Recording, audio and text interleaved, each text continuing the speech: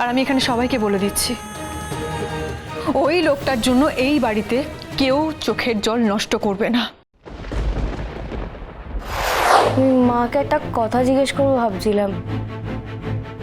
যখন আমি ছিলাম না, তুইও ছিলি না, শুধু বর্দি ভাই ছিল, তখন বাবা কেমন ছিল রে? ভালো ছিল? কখনো কখনো তো বর্দি ভাইকে ভালোবেসেছিল, বল কেমন ছিল বাবা তখন? হঠাৎ এই প্রশ্ন করছিস কেন? না রে, মানে এমনি। সরি, আমি জানতাম তুই বকবি, আমার বলাটা উচিত হয়নি। আমি রাগ করছি না, আমি শুধু তোর কাছ থেকে জানতে চাইছি যে আজকে এই প্রশ্নগুলো করার মানে কি। দেখ, আমার এই বন্ধুটা ছবি পোস্ট করেছে না, ওর বাবার সাথেও ছবি তুলেছে, ওটা দেখেই আর কি। সাথী যখন জন্মেছিল তখন একটা সুন্দর টুকটুকে পুতুলের মতো দেখতে ছিল। ও জন্মানোর পর বাবা খুব খুব খুশি হয়েছিল। তখন ঠাকুমাও বেঁচে ছিলেন। ঠাকুমা বললেন, প্রথম কন্যা সন্তান হয়েছে, বাড়িতে লক্ষ্মী এসেছে, দেখো লক্ষ্মীর যেন কখনো কোনো অযত্ন না হয়। আর বাবা তো তাড়াতাড়ি করে অফিস থেকে চলে আসতো, এসেই সাথীকে কোলে নিয়ে ঘুরতো, খেলতো, সারাক্ষণ সাথীকে কোলে নিয়ে থাকতো। তো বাবা খুব সিগারেট খেত জানিস।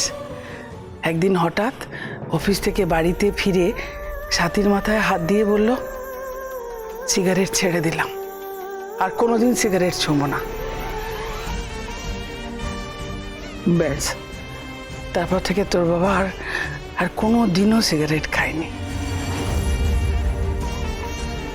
সবটাই ঠিক চলছিল, হঠাৎ কোথা থেকে কি হয়ে গেল কিছু বুঝলাম না। একদিন হঠাৎ বললো, আমার ছেলে চাই, নাহলে তোমাকে ত্যাগ দেব। আমি অনেক বোঝালাম, অনেক বোঝাতে চেষ্টা করলাম, কিন্তু কোনো কথা শুনল না। স্নেহা যখন হলো, সবচেয়ে বেশি রাগ করতো স্নেহার ওপরে। স্নেহাকে একদম সহ্য করতে পারতো না,